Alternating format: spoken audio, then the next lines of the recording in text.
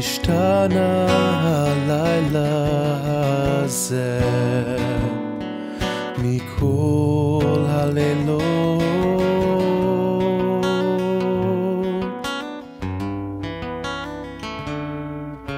Sacred, mystical presence, always routing our direction,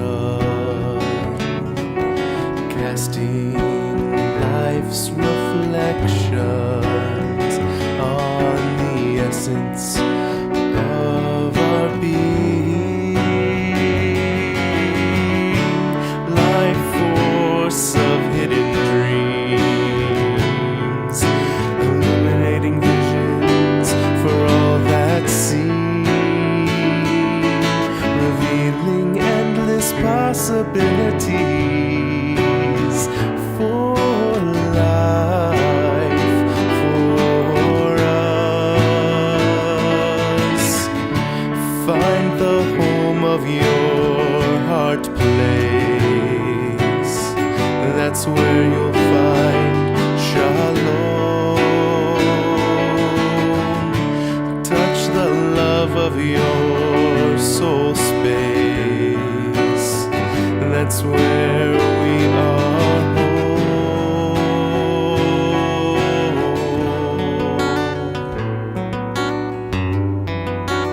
We are home.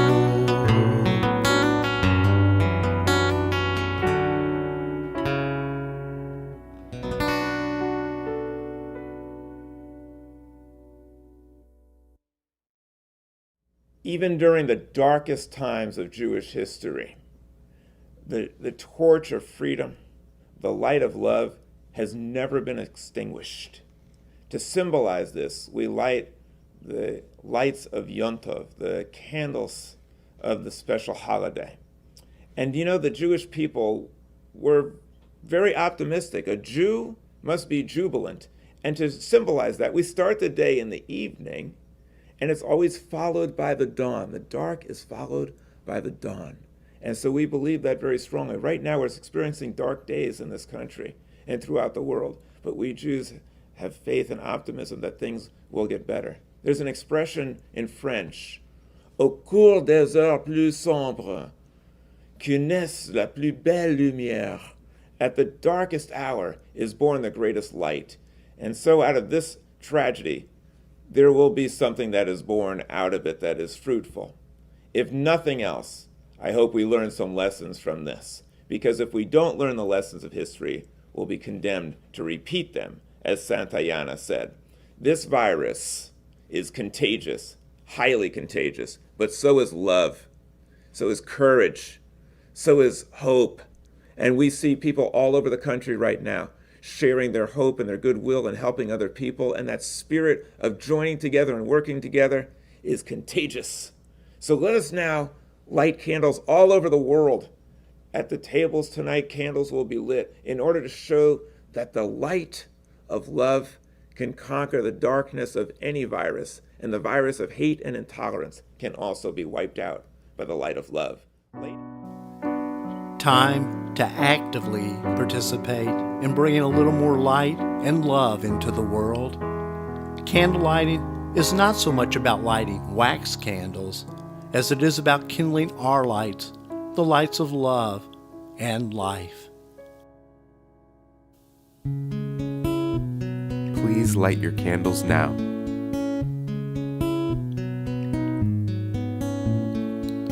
להדליק נר של יום טוב, להדליק נר של יום טוב.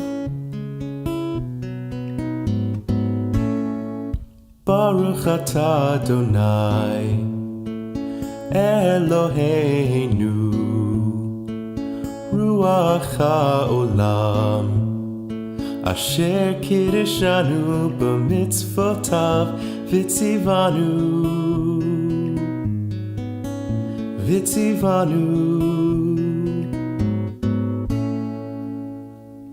להדליק נר של יום טוב, להדליק נר של יום טוב, להדליק נר של יום טוב, להדליק נר של יום טוב, להדליק נר של יום טוב, להדליק נר של יום טוב.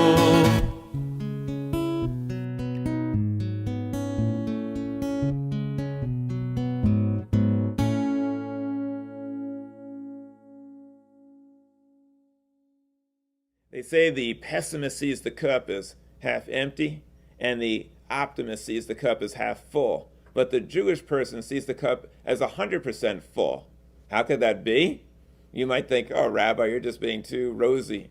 Yeah, that's ridiculous. Is it? If you have a cup and it's half full of water, what's in the other half? Nothing? Actually, there's air with oxygen in it. And I don't know about you, but I kind of appreciate oxygen and air. Without it, I couldn't live, and neither could you. And how did it get there? Well, we don't usually think about it. We just take it for granted. The oxygen in this room, it was put there by plants. Actually, you could call them power plants, because they take the power from the sun and they convert it into growth. Just as the sun took matter and converted about 400 million tons of hydrogen into helium, the matter was converted in a miraculous way and sent down to Earth. And then the plants found a way to capture that energy and transferred it to their descendants through the DNA. They sent that secret down. And then by the time it got to us, these plants diversified in so many ways that we have beautiful things to eat and different varieties. And we have trees that are beautiful to look at and you can use to build houses. I mean, these are all miracles. And the Jewish person doesn't take them for granted. Einstein said, you can look at the universe as if nothing's a miracle or everything's a miracle. And the Yiddish cup thinks in terms of everything is miraculous. And my friends, it was Marcel Proust who said the greatest voyage of all is not to see new landscapes, but to see with new eyes. Imagine if we saw the world with these eyes, filled with gratitude for even the simplest of things. And you know what? When you see the world and you see the cup as full, and when you see a world that's full of beauty, the world becomes beautiful. When you see the world full of joy, if you look at it that way, then your life becomes joyful. If you see a world of wonder, your life becomes wonderful. So let us celebrate this joyous, beautiful, wondrous life and the sweetness of it with a little wine. So we're going to have a cup of wine. We sing the blessing over the wine. If you'd like, sing it with me. Baruch atah Adonai Eloheinu melech haolam, borei peri hagafen. Amen.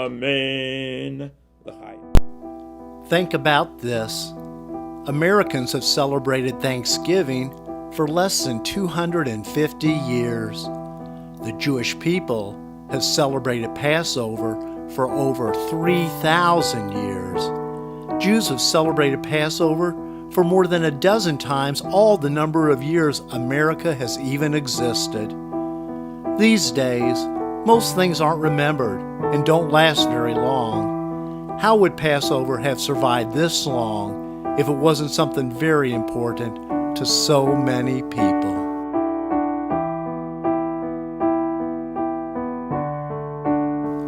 Seder time. The Freedom March of the Jewish people is happening right now. Hang on for the ride. It's a wonderfully amazing, mystical adventure.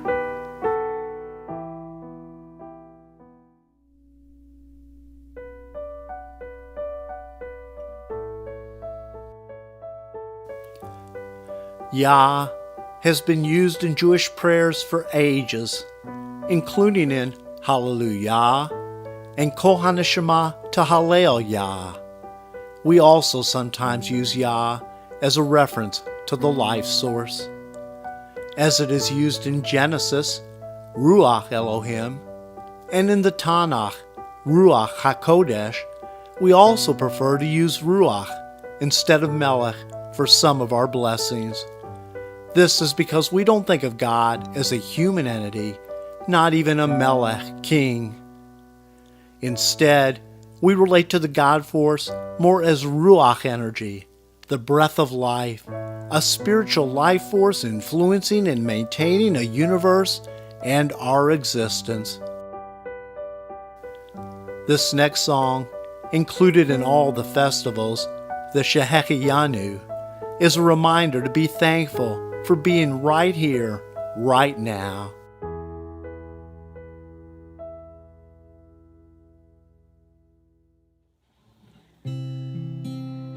Baruch atah Adonai Eloheinu melech haolam shehecheyanu v'kiyamanu v'higianu lazman hazeh. We wish you a happy Passover.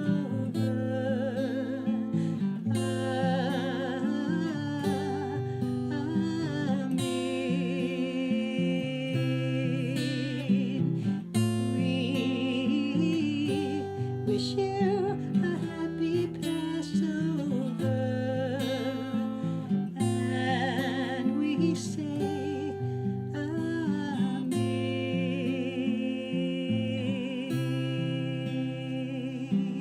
With you, just a little roadmap. We have here the Seder, which means the order or the sequence. And we have a book that tells the story called the Haggadah, which is Aramaic for story.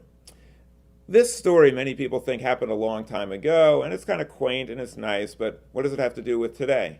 Actually, it has everything to do with today. Do you realize that the Torah actually has a manual for helping people to avoid plagues like coronavirus, as well as plagues of hatred and indifference and intolerance? How is it? Well, if you look at the Torah, it's quite extraordinary what it says about Passover. It has the first stay-home order ever issued when God said in the Torah, stay at home on Passover. Celebrate the holiday with your families in close quarters. And that's what the Jewish people did to avoid the plagues of Egypt. They stayed within their home.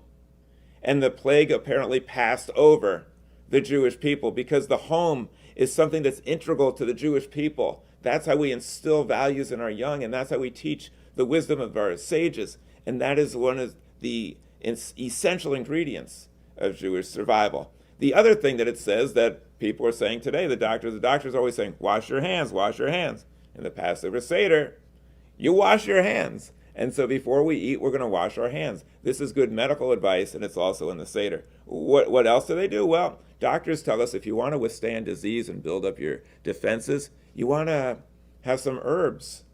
You want to drink a little wine, which has resveratrol, and it has healthy ingredients. If you want to withstand virus and disease, ask questions, like the 4 questions. Don't just accept what your leader is telling you to do. Question them. Talk to the doctors. Find out what's really going on. That's what you want to do. You also want to have a sense of equanimity, mindfulness. And we do that on Passover, we're supposed to recline and relax. The worst thing you can do in a pandemic is to panic. You want to relax, and you want to express your gratitude. You don't want to resort to fear and anxiety. Express your gratitude. And so we do all of these things on Passover, and it actually is a lesson that applies not just 3,000 years ago. It also applies today. Why is this night different than all other nights? Because on this Seder plate, there is no Paschal lamb. I don't believe that we should use an animal to symbolize our sins, and I don't believe in the literal story of the passing over the Jews' homes because they had blood on the doorposts. I believe the reason why Jewish people have been able to escape the ravages of plague is because we have the blood of our ancestors coursing through our veins, and we remember what they taught us, and we have values, and we have hygiene. That's why we were not susceptible so much to the Black Plague. That's why Jewish people have not been susceptible to the plagues of ignorance and intolerance. It's not because we kill animals. That doesn't do us any good. In fact, by the time of Micah the prophet, he said God doesn't want animal sacrifice. Judaism had reformed. The whole history of Judaism is reform. They reformed away from the animal sacrifice. And Micah said, I don't want these sacrifices. They don't do anything for me. I'd rather have you sacrifice something within you. What he was trying to tell us, my friends, is that killing a cow to forgive your sins is just a lot of bull. And it really gets God's goat. And the only you that we should sacrifice is not a U-E-W-E, it's U-Y-O-U. We should sacrifice the old you for the new you that we could be if we lived up to our full potential. That is the type of sacrifice. And if we did that, if we actually created a new you, according to the teachings of our prophets and the dreams of our parents, the result would be amazing. It would be euphoria. We would have utopia, and we would have universal love. That's what we're here for on Passover. Not just to follow the ritual, but to convert it into the spiritual. Not just to go through the motions, but to go through the emotions. Not just to talk about liberation from slavery 3,000 years ago, but liberation from the self-enslavement that keeps us down and be able to liberate our fullest potential. That's what we celebrate with the Paschal Lamb. I'd also like to see the sheep-like mentality to be sacrificed so that we stand up strong, our Jewish people. Many of our Jewish people, we just follow like sheep, whatever our party's telling us, whatever our leaders are telling us. This is not helpful at all. I like to sacrifice the sheep-like behavior. We Jews do not congregate in a flock. We don't have a flock here at Congregation L'Dor Va-Dor. We have independent thinkers. I don't pontificate. People can challenge anything I say. We use reason as our guide. And so I'm not using the Paschal Lamb this time. The only you I want to sacrifice is the old you to replace by the new you. Now also, we have an orange sometimes at the Passover Seder, and some people say, why is that? According to legend, I can't vouch for the accuracy, Shoshana Heschel was at a conference, and a rabbi was speaking, an old Orthodox rabbi with a long beard. And she said, Rabbi, when do you think there will be a female rabbi? And he scoffed, a female rabbi.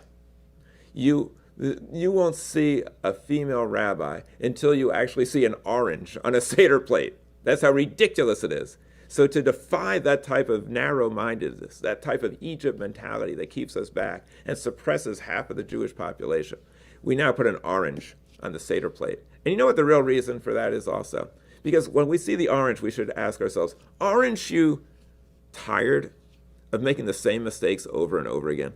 Aren't you tired of not living up to the potential that you have within you? Aren't you able to control your temper? Aren't you able to maybe get involved in a worthy cause? So this is the type of orange. Now, I didn't have an orange. I wasn't able to go to the supermarket today. The lines are kind of long and it's not really very safe. So I happen to have an orange pepper. I'm probably the only one in all the world who has an orange pepper. What's the significance of this? We should pepper our conversations with optimistic hope and encouragement.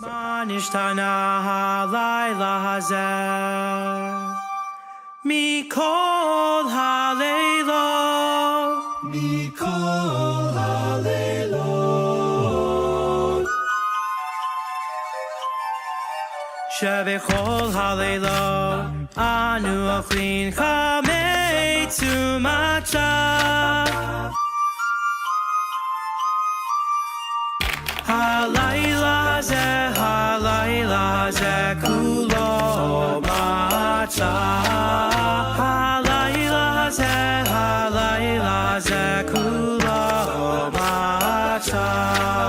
Shebechol Halelot Anu Ochlin She'ar Yirakot She'ar Yirakot Halayla Zeh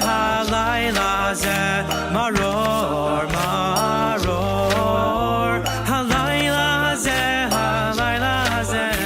Maror Maror Shebechol Halelot Einanu Mapilin Afilu Pam Echad Afilu Pam Echad Halayla Zeh Shitefe Amim Halayla Zeh Shitefe Amim Shebechol Halelot Anu Ochlin Ben Yoshvinu Vein Mesubin Ben Yoshvinu Vein Mesubin Halayla Zeh Kulanu Mesubin Halayla Zeh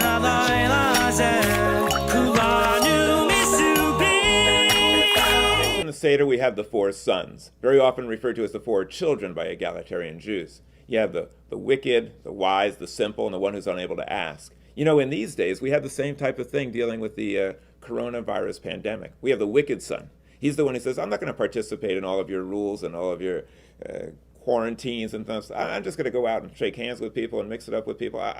He excludes himself as if he's somehow special, and he does wickedness.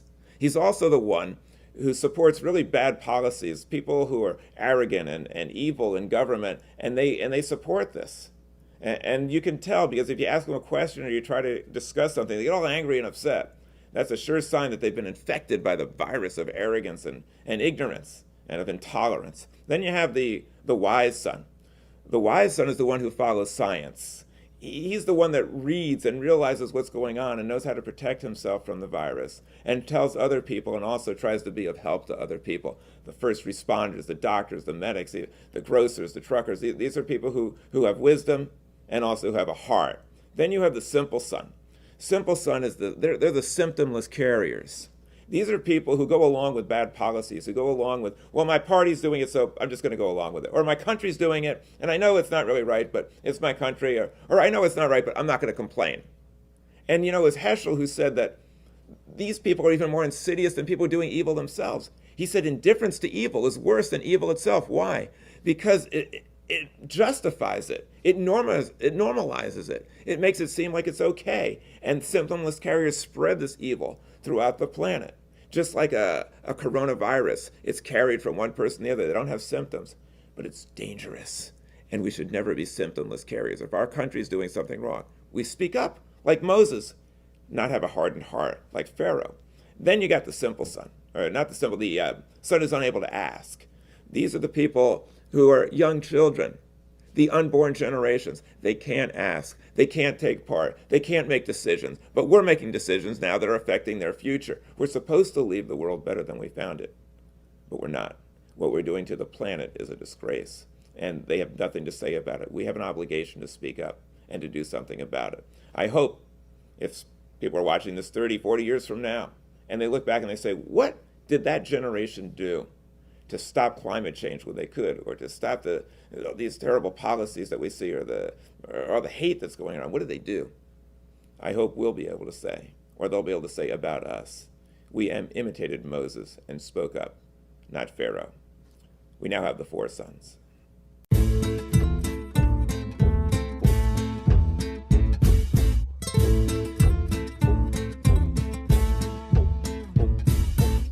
Karpus, Beitzah, Zeroah, Cheroset, Maror, and of course, Matzah. Aren't I wise? I know all about Passover. We were slaves in Egypt. Then Moses got up in Pharaoh's face with frogs and locusts all, "Let my people go." And then Pharaoh was like, "Yo, enough already, get out of here." To honor my parents, I'll ask a question at the Seder tonight. What is the meaning of all of this? Of all the commandments and laws and traditions that God commanded you? After all, I am the wise son. I want to know. Oh, please, Mr. Wise Guy. Lighten up. He drives our parents crazy. I can't believe we're still doing this. I mean, hello, pharaohs? They don't exist anymore. There was an exodus, movement of the people. We're free. Why do we need to sit around for a zillion hours every year talking about it? Mom, Dad, Aunt Ruth, what's the meaning of all this Seder stuff to you? I can't believe he would say such a thing. How pompous. Look who's calling me pompous. If you were in Egypt, God wouldn't have freed you. Well, if you were in Egypt, everyone would have been so bored of you that they would have thrown you over into the Nile. Why, you little... Hey, guys, what's this? The Passover Seder Plate, you blithering simpleton. You wouldn't understand. It's very wise. What do you do at a Passover Seder? Pretty much, you starve for a long time and then, finally, you get to have matzo ball soup. We read together from this book that tells of our departure from the land of Egypt. There are all these arguments in there. Like, some people think there were 10 plates, and some people think there were 40, and some people think there were 50. Disagreeing is part of the learning. They're all different ways to add up to the same thing. So they still argue about it.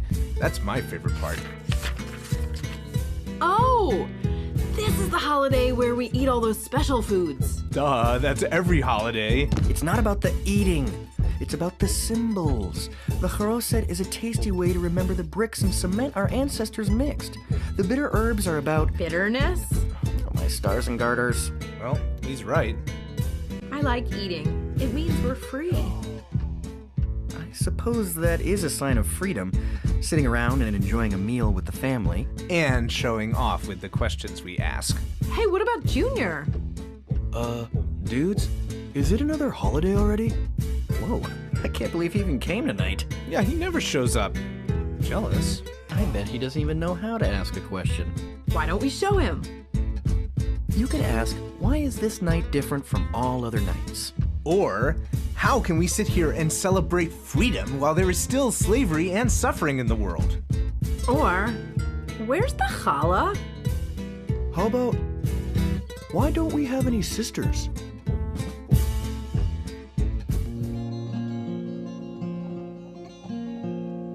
Are you going to the Passover Seder? Parsley, grain, horseradish, and wine. To celebrate freedom, nothing is greater.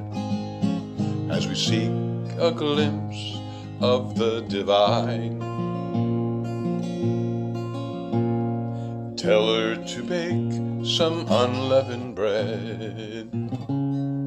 Parsley, grain, horseradish, and wine. Throughout the desert, the Hebrews were led. With hope and love, they sought to align. We dip in salt water to remember the tears of the poor and of the oppressed. We had been enslaved for 400 years, but finally with freedom our people was blessed. Tell her to dip the greens in salt water as a reminder of the slave's tears. We faced cruel bondage from the Egyptians, enslaved for over 400 years. The Jews were forced to make their own bricks. To remind us of this, we eat the charoset. The Jews were freed by impressive tricks, performed before Pharaoh by a leader named Moses.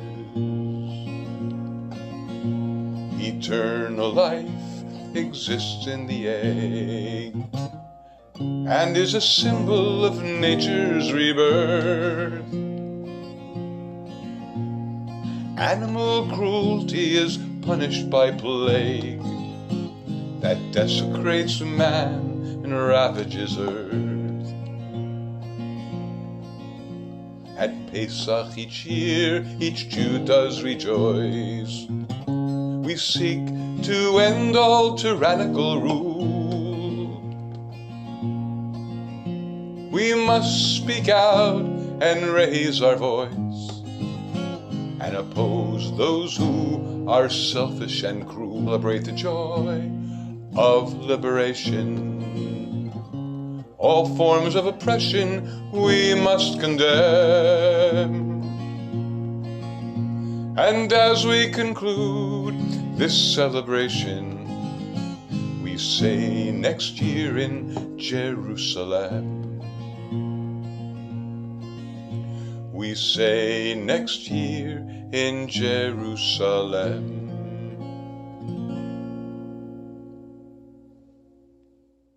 You know, I did a Seder last year and someone said, "Rabbi, I loved your Seder. I woke up from it refreshed." Another one, after I told him all of my puns about the hot dog and Moses, he said, "Wait, you left one out. He got the Jews out of a pickle."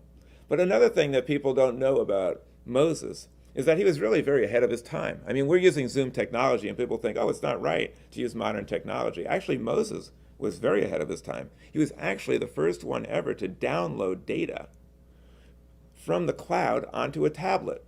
Actually, he had 2 tablets. He knew about the binary system, which is the foundation of all computers. He had a binary system. There were certain things that were right and certain things that were wrong. He didn't equivocate. He didn't have moral relativism. Right and wrong, binary. Now, Moses also had a whole bunch of apps. He had moral absolutes. He lived his life with aplomb. He applied himself to good causes. He had a great aptitude for doing the right thing. He received the approval and the applause of his people. But his most important app of all was the app of appreciation. He had a prayer, a blessing for everything. Thanks that I woke up. Thanks that I have food. Thanks that I can breathe. Thanks that I have family. Thank you for my ancestors. He had a blessing for everything. And this attitude of gratitude should never be a platitude. In fact, if we have an attitude of gratitude, it actually helps withstand viruses and illness, because a positive attitude helps us. And so we come to the point of our Seder that's so important. It's the Dayenu. And the Dayenu is very important because this attitude of gratitude is really what we need right now as we deal with this coronavirus. We shouldn't just look at all the negativity, but let us also give thanks for what we have, especially all the people who are out there who are doing things to help us out. You know, when we drink from the wine, we are grapeful with a P. And when we have the Dayenu, we are grateful. And you know, it really is great to be grateful. And if we are grateful, then we won't grate on the nerves of people when we are confined in small quarters. So we're going to now continue with the Dayenu. And Hebrew has one word to say thank you in a way that would translate into 5 or 6. That would have been good enough for us if that's all we had. Imagine if we only had the sense of sight. Wouldn't we be grateful for that? Or the sense of hearing, or touch, or taste? These things are so wonderful, they don't cost us a thing. Let us always have an attitude of gratitude for all of our gifts, even in the midst of this terrible crisis.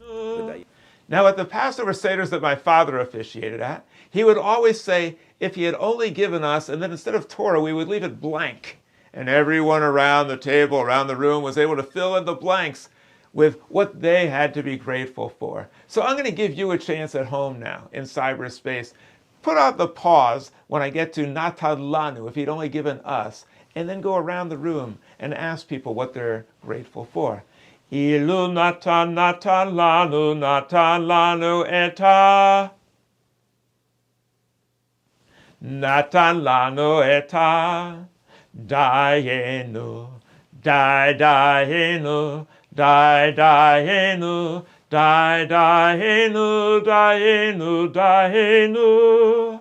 I hope you filled in the blanks with many reasons to rejoice this Passover. Everyone, please get some wine or grape juice for the Kiddush, the blessing over the fruits of the vine. Bless you, source of blessings, for all of your wonderful gifts of nature, love, and life. Bless you, source of blessings, who creates and provides us with the fruits of the vine and the fruits of life. Now, let's do the Kiddush blessing together in Hebrew. Baruch atah Adonai Eloheinu melech haolam, borei peri hagafen.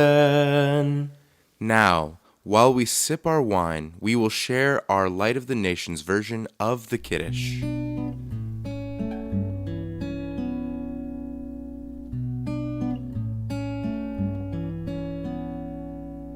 Baruch atah Adonai Eloheinu Ruach haolam Borei peri hagafen Borei peri hagafen Yai dai dai dai Yai dai dai dai.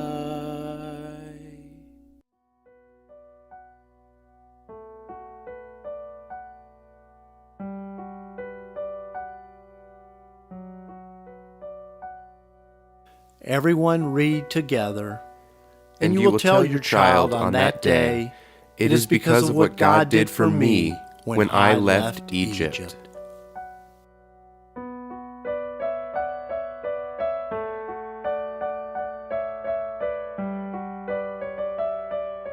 Let's continue reading together.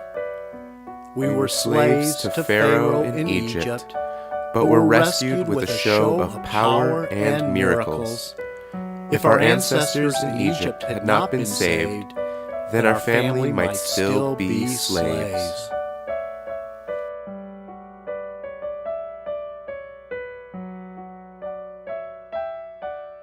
We ask the 4 questions, we need to provide an answer. The answer that the Bible provides is filled with wondrous tales and many myths. Modern Jews don't accept all these myths as true. In fact, we believe that if you accept these myths as literal truth, you will be myth-guided, myth-informed, and myth-led, and perhaps misogynistic as well. And so these stories didn't actually happen, but they're all true. What does that mean? That means that they contain moral truths that we can learn from. Some of the things we don't want to learn from, but we've evolved. But some of the stories have great moral truths. For instance, Adam and Eve. We know that it didn't really happen that way. It's not that Adam got bored and lonely and the animals weren't a companion that was suitable, so God decided to create a woman. Obviously, that's not what happened. What really happened is this. God created Adam. He looked down at him and said, I can do a lot better than that. And then he created Eve. No, actually, the spiritual truth behind this is that we're all descended from the same source and we're all part of one family. And that comports with science as well. When it comes to Noah, well, that story just doesn't hold water either. Noah was pretty smart, though, because he floated his stock while everybody else was in liquidation. Noah does demonstrate something very significant, though. Everybody was evil, but he wasn't. He had the courage to just say, Noah. And so we celebrate Noah as not as Noah's Ark as an archaic story, but Noah's Ark as an archetype of what we should be like. We shouldn't be following the crowd to do evil, but we should be able to stand up and do the right thing. He didn't try to save the other people, so he wasn't qualified to be the first Jew like Abraham, who cared about others, but he was good enough to save the world. Then we have Lot's wife. That story you just have to take with a grain of salt. Now you also have the Tower of Babel. Obviously, that's just a tall story. But someone said, no, Rabbi, that's really true. There really was a Babylon. I said, what are you talking about? He said, well, I've heard you speak, and I've heard you babble on for many hours. So I know that Babylon exists. Now, the story of Cain and Abel, that doesn't have any redeeming values at all, except that we know that the reason why Cain couldn't keep his temper is because he just wasn't able. Now we get to the story of Moses. Moses has much mythology in it, but there's so much in it that is true. And the story of Pharaoh is true. Pharaoh hardened his heart. He treated people like objects. And because he treated other people like that, it eventually came back to destroy him. When you harden your heart, it's not only going to harm other people, it's going to harm you as well. The Egyptian people are silent actors in this whole drama. You don't hear a word from them, not a peep. And what happened? Because they didn't object, because they didn't stand up against Pharaoh and demand justice, they suffered just like he did. All the plagues, all the ravages. The same is true with us, my friends. If we're part of a system that's corrupt and evil, if our government is doing something wrong and we don't stand up to it, then we take a position like Egypt first, which the Egyptians did. We don't care about these Jews. It's going to come back to haunt you.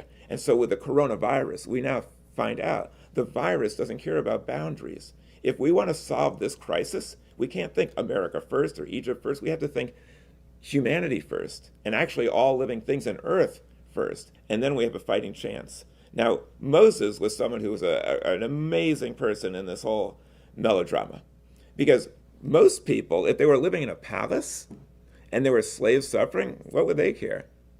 Moses, though, wasn't comfortable in the comfort of the palace, knowing that other people were suffering. And the same thing is true with Jewish people who want to emulate Moses. If we see suffering anywhere, even if we're doing fine, we must leave our comfort zone in order to be of assistance. You know why that is, my friends?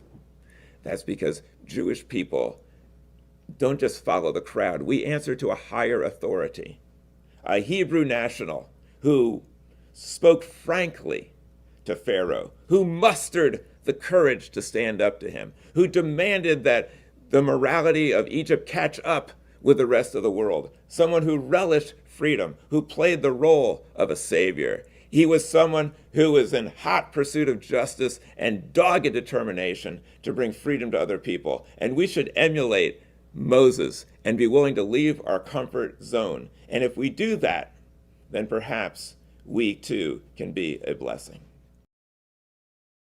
We are now coming to the 10 plagues. Since our cups can't be full when others suffer, we dip 1 drop of wine from our cups as we recall each plague.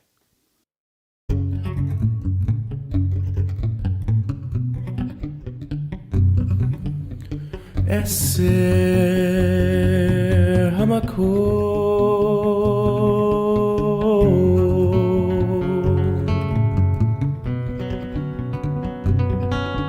the 10 plagues,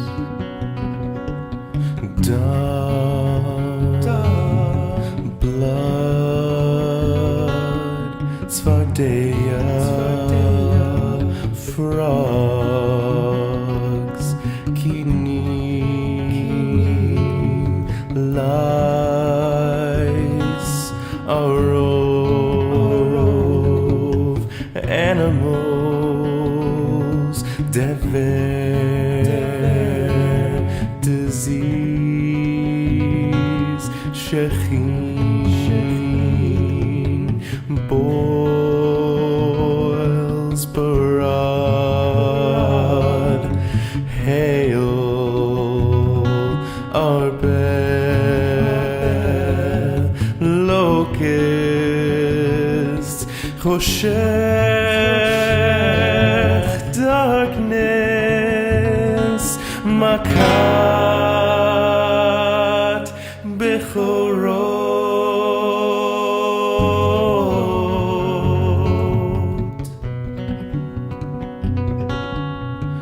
No more plagues. These plagues brought us to freedom, to freedom, to freedom, to freedom, to freedom, to freedom.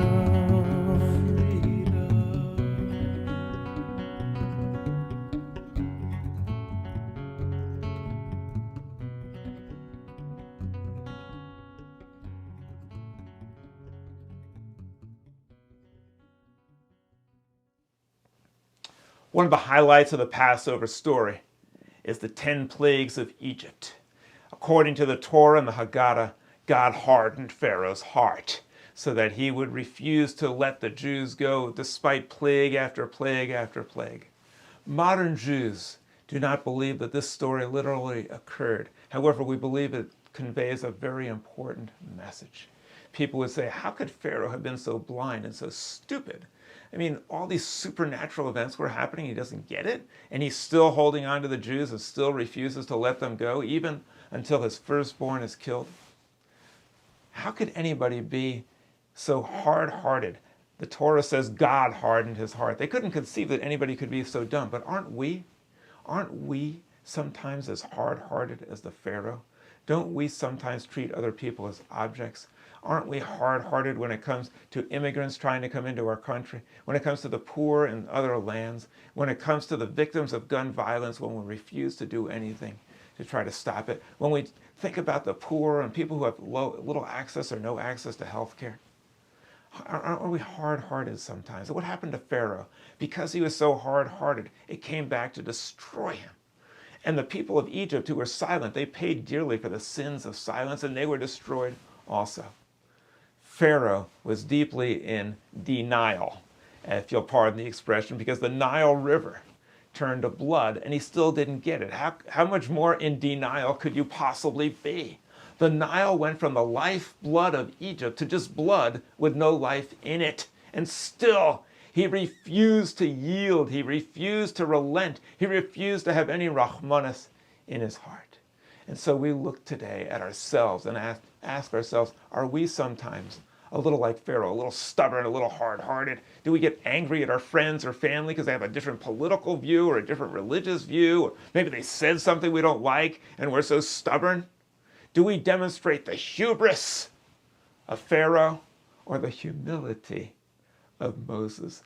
That's the question, the fifth question perhaps, that we ask ourselves. Can we be a little more like Moses and a little less like Pharaoh? Today, this world suffers from 10 plagues. In fact, many more. We suffer now from the plague of the coronavirus that is spread throughout the whole world. And why is that? Why is the plague spreading so much? Because what happens in one place now affects the entire world. The virus came from bats which were subjected to vicious mistreatment in China, and therefore, and also spread disease to human beings. If we never consumed bats or other animals, we would never have had this disease, or SARS, or MERS, or mad cow disease, or all the heart disease and cancer that we have, and all the climate change that takes place because of consumption of meat, which uses up vast amounts of carbon. Are we like Pharaoh, that our hearts are so hardened that we can't change our ways? What are the 10 plagues that we have today? We have overpopulation, which threatens to create a type of existence where we have no more land or water or food left, and we drive out every other species. Overpopulation. The second plague is the environment, the harm that we're doing to the environment in so many ways, habitat loss and climate change. You know, through hellish fires of the high waters of the oceans, we continue to fiddle as the Amazon and the forests of California and Australia and Russia burn, as the future of our children literally goes up in smoke because we can't see the forests for the trees. This is deeply troubling. And the result of the climate change crisis will far, far transcend the problems that we're having with coronavirus. It will make coronavirus seem like a trivial illness or plague compared to what's going to happen with climate change if we don't get our act together. What else? What about guns? The plague of guns. It's just unbelievable that we have in this country a toxic mixture. We have vicious, vile video games that teach kids that killing is thrilling, a gun is fun, to maim is a game, and then we give access to all types of people, regardless of how violent they are or how mentally ill they are. We give them access to those vile, dangerous, destructive guns that are for only one purpose, these semi-automatic weapons. Only one purpose, to kill as many people as possible. We have 100 times the gun deaths of England. And still our hearts are hardened and we don't learn. What about the plague of racism in this country, and also anti-Semitism, which continues to rear its ugly head? We have the plagues of poverty and ignorance and arrogance and intolerance, and worst of all, the plague of indifference. It was Heschel, Abraham Joshua Heschel, that famous rabbi, who said that indifference to evil is even worse and more insidious than evil itself, because it normalizes evil, allows it to spread and grow, and allows evil to flourish because people don't stop it. There was also a scientist named Gus Speth. He said, you know what, I used to think that the worst environmental problem was climate change or maybe habitat loss. He said, but I was wrong. The worst problem is indifference. And what is the vaccine against all of these plagues about the environment and guns and indifference? The vaccine is offered by the Jewish people. Emet, Vatzedek, truth, meaning science and reason, tzedek, righteousness, Jewish ideals. Let us use emet v'tzedek as a vaccine to help lead the world to conquer all these plagues of humanity so we can one day reach our promised land. Next, we have the symbol of the parsley. The parsley we use because Passover is a celebration of nature, and at springtime, nature is reborn. And so we take a little parsley to show our appreciation for the beauty of nature. We really need to do this as a species, because if you believe in a creator, then to destroy nature is the worst form of sacrilege. It's blasphemy. It's literally a crime against nature, and it's a crime against creation. And what we're doing now is just appalling. And we're showing no regard at all for nature. You know, I'm just so surprised that we have people who claim that they believe in God, and they do nothing to protect God's creation. I wish all the people who call themselves religious would actually do everything they can to protect the environment, which is actually the best evidence of a power greater than ourselves, and really a way to appreciate the beauty and also to pay respect for other living things. So we dip the parsley into the salt water. The salt water represents the tears of the slaves, and perhaps today it could represent the tears of people who are suffering from environmental collapse and will suffer much greater in the future if we don't do something about it. So everybody dip your parsley into the salt water. Take a little nip of the parsley. Baruch atah Adonai Eloheinu melech haolam borei peri ha'adamah. Amen. Next we have the part of the Seder where we have the 3 matzahs in a little matzah cover, which comes from my son Brandon's preschool from long ago. And we take out the 3 matzahs, and the matzahs represent the 3 types of Jews: the Kohen, the Levite, and the Am Yisrael, the priests, assistant priests, and the everyday Jewish people. We see them getting along so well in this matzah cover, and we hope that all the Jews in the world will be able to get along equally as well. At our Seder table, we used to say, what threesomes would you like to see live together? And somebody would say, how about the Abrahamic faith? How about Jews, Christians, and Muslims? Oh, that's so nice.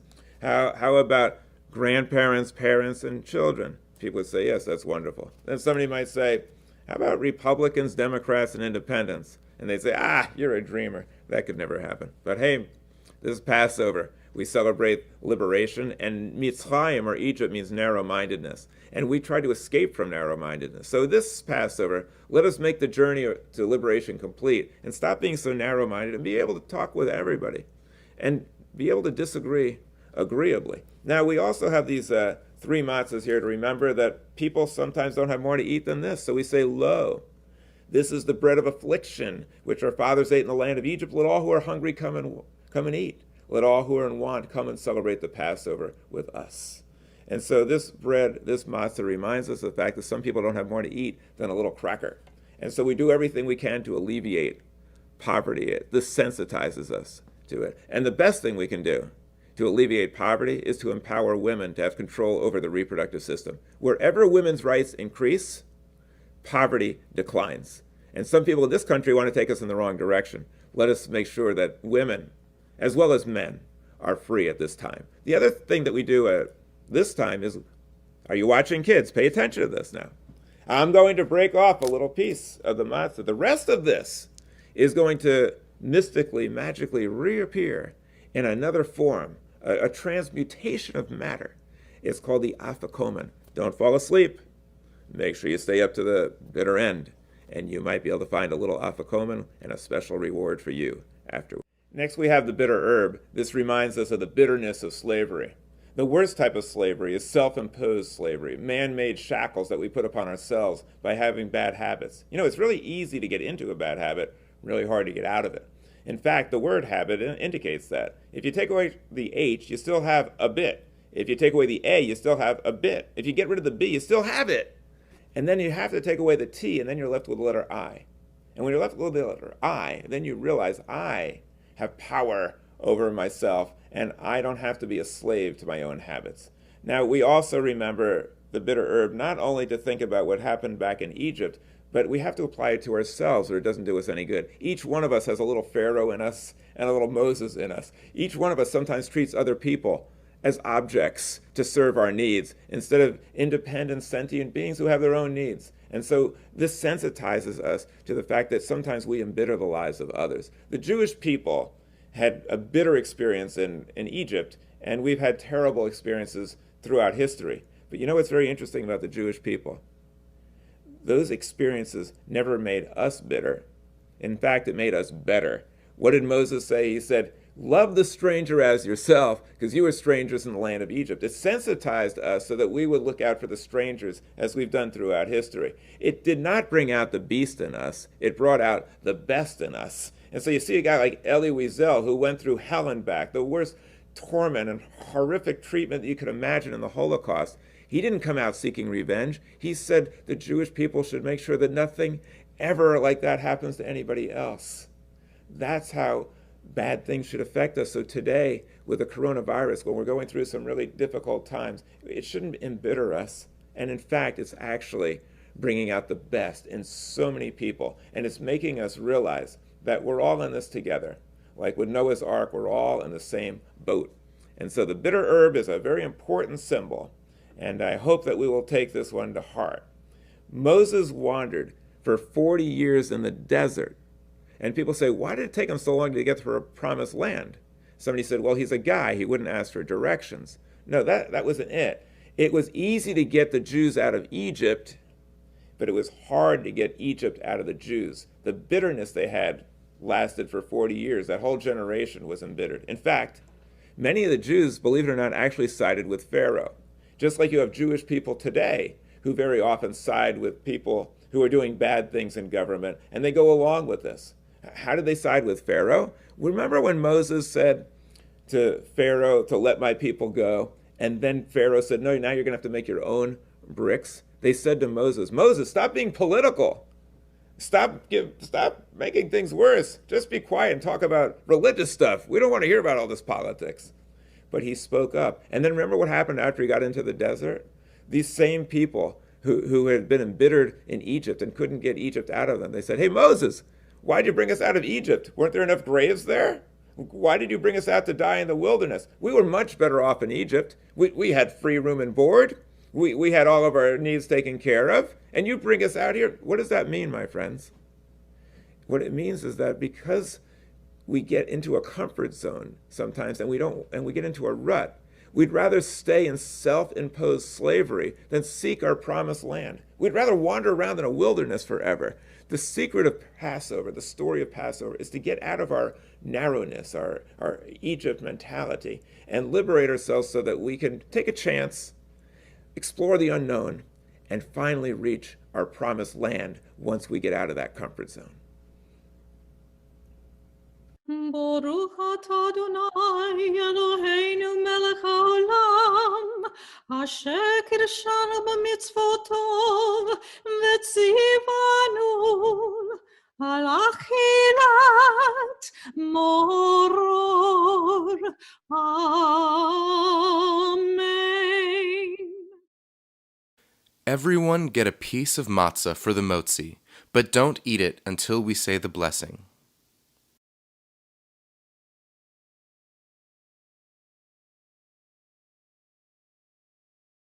Baruch atah Adonai Eloheinu melech haolam, hamotzi lechem min haaretz.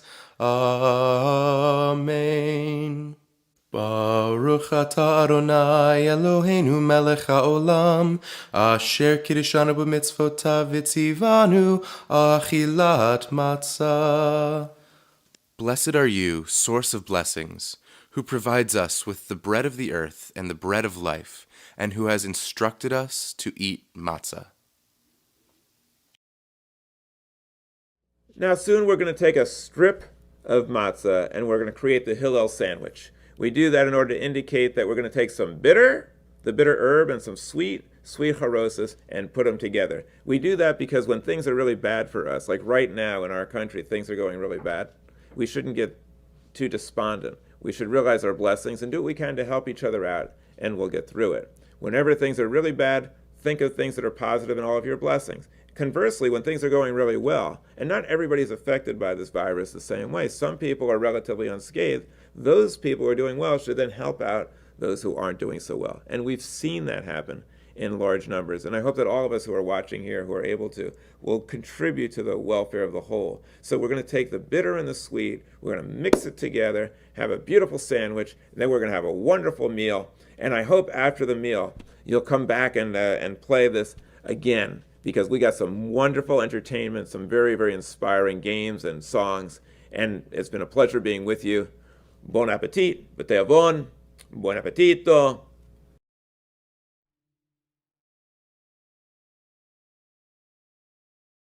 Who is ready for a wonderful Passover meal? Yummy. Let's eat.